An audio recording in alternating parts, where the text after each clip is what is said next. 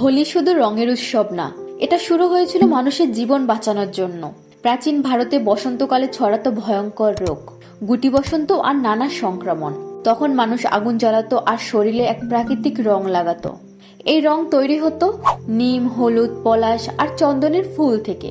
এই গাছগুলোর মধ্যে ছিল অ্যান্টিব্যাকটেরিয়াল আর অ্যান্টিভাইরাল শক্তি। মানে রং খেলাটা ছিল এক ধরনের প্রাকৃতিক চিকিৎসা। আর আগুন জ্বালানোর মানে ছিল বাতাস শুদ্ধ করা, জীবাণু ধ্বংস আর পোকামাকড় দূর করা।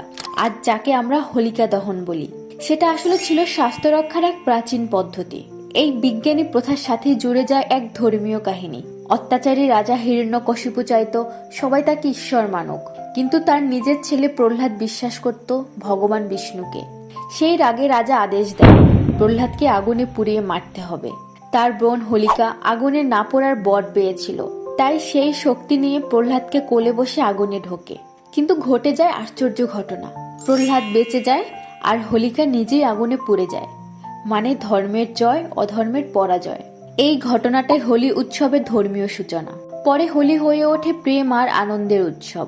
বৃন্দাবনে শ্রীকৃষ্ণ রাধাকে রং লাগাতেন, আর সেই খেলায় হয়ে ওঠে প্রেম, বন্ধুত্ব আর সমতার প্রতীক। সেই থেকেই হোলি মানে সব ভেদাভেদ ভুলে একসাথে রঙে রঙিন হওয়া।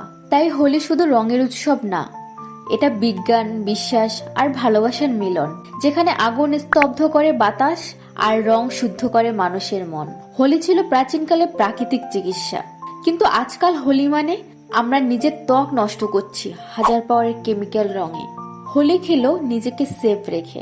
এমন করো না যাতে হোলির পরে ডার্মাটোলজিস্টের অ্যাপয়েন্টমেন্ট নিতে হয়।